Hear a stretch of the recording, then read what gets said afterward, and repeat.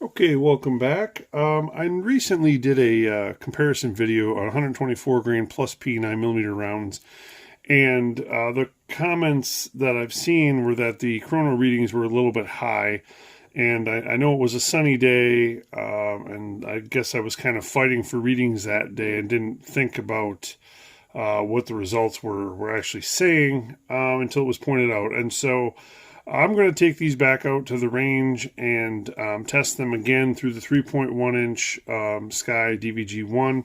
I'm also going to test them in another 3.1 inch that I have, which is the Ruger LC9S. And then also I will test them in the Kel-Tec P15, which is a 4-inch barrel. So stay tuned and we'll see how they do this go round.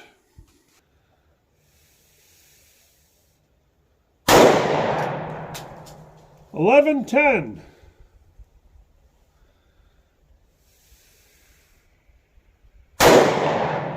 $11.25. $10.67. $11.06.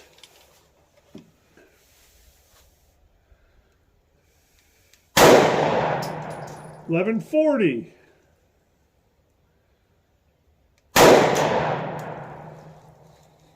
Error on that one. $11.37. $11.48.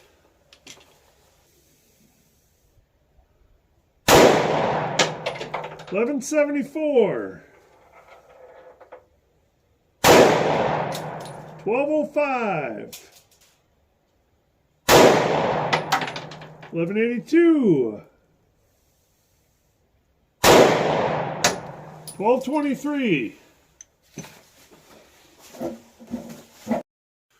Okay, well, I think those results were a little bit more of what was anticipated for the velocities for the 9mm 124 grain HST plus P rounds.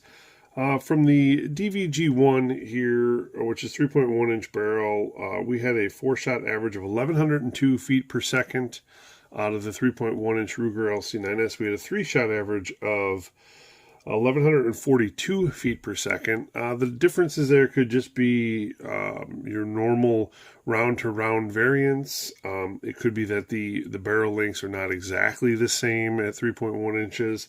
It could be the difference in the twist rates. That the SCCY is a 1 in 16 inch, where the Ruger's 1 in 10 inch. I don't know, but again, it's close enough there. That's much closer to what was anticipated based upon the manufacturer specs. And then out of the 4-inch barrel from the Kel-Tec P15, we averaged 1,196 feet per second. So that's right in line with what is on the box, which again, I didn't even discuss in the prior video. Muzzle velocity advertised as 1,200 feet per second. So it must be roughly a 4-inch test barrel. So we're right there with this one. This test, again, in no way diminishes the gel testing and the gel comparisons from the last video.